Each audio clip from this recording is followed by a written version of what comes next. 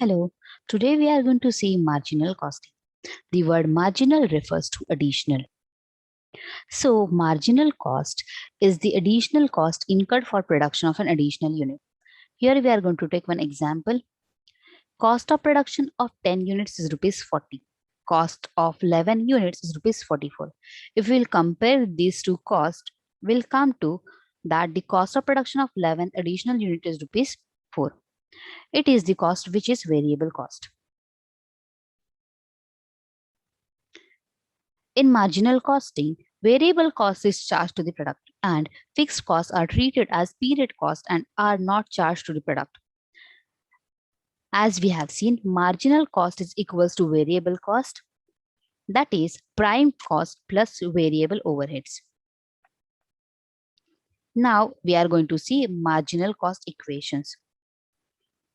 Under that first one, sales minus variable cost is equals to contribution. So to calculate contribution, we have to deduct variable cost from sales.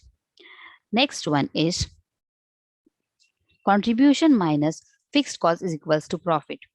If we'll see these two equations, we'll come to next one, that is sales minus variable cost is equals to fixed cost plus profit. After considering this formula, there might be a question. What is contribution? So that we are going to see next. Contribution. Contribution is the most important concept in marginal costing. It is calculated by deducting variable cost from sales. Just now we have seen the same in formula. It is the profit before adjusting fixed cost.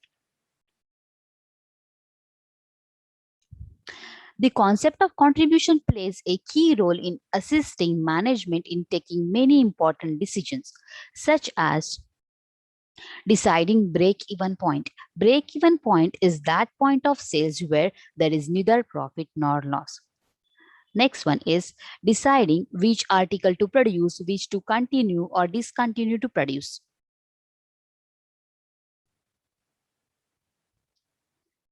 Deciding the quantity to be produced or sold and fixing the selling price. Next, we are going to see the example. Here they have given sales rupees 20,000, variable cost rupees 14,400, profit 2,600, fixed cost rupees 3,000, and they are asking to compute contribution. So as we have seen the formula of contribution, that is equals to sales minus variable cost. Here sales rupees 20,000 and variable cost rupees 14,400. By calculating the same, contribution will come to rupees 5,600. Or by another formula also we can calculate contribution, that is contribution is equals to profit plus fixed cost. Here profit is rupees 2,600, fixed cost is rupees 3,000. So again contribution will come to rupees 5,600. Next we are going to see profit volume ratio. Profit volume ratio is the ratio of profit to the volume of the output. It aids in ascertainment of impact of changes in volume of output on profit. Profit volume ratio, which is also known as PV ratio, is calculated by the formula, that is contribution divided by sales. It is the contribution to sales ratio. Next, we can calculate contribution with the help of same formula. Like if the sales which is dividing contribution, if we'll change the side of sales, that will be multiplying the PV ratio. So formula will become contribution is equals to PV ratio. And in same manner, we can calculate sales. So here sales is equals to contribution divided by PV ratio. Again, we will take one example. Here again, sales given rupees 20,000, variable cost rupees 14,400, profit rupees 2,600, fixed cost rupees 3,000. They are asking to compute PV ratio. So formula of PV ratio, just now we have seen PV ratio is equals to contribution divided by sales.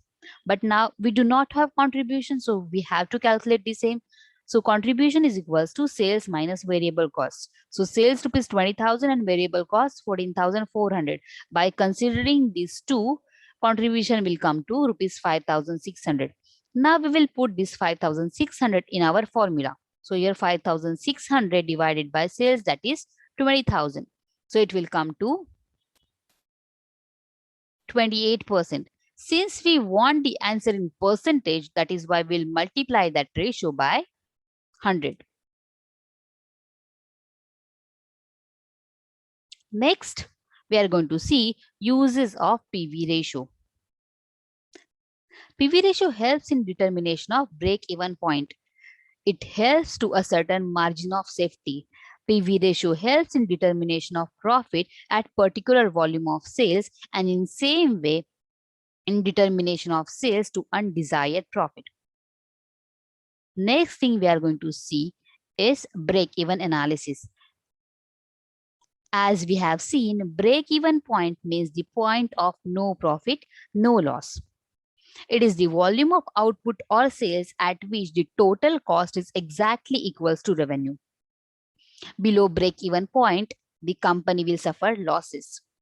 At break-even point, the concern makes neither profit nor loss. Above the break-even point, the concern makes profit.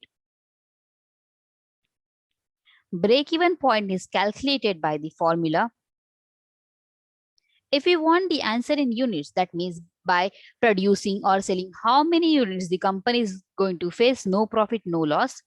Formula for the same is fixed cost divided by contribution per unit. If contribution per unit is not given, in that case, we have to calculate the same. And for that formula is sales minus variable cost divided by number of units. So by deducting variable cost from sales, we are going to get contribution, and that contribution, that total contribution, we are going to divide by number of units. By that, we are going to get contribution per unit. Now, if we want the answer in rupees, in that case, we have to use another formula. So here, break-even point in rupees is equals to fixed cost divided by profit volume ratio. Next thing we are going to see, that is margin of safety. Margin of safety is the difference between the actual sales and the sales at break-even point.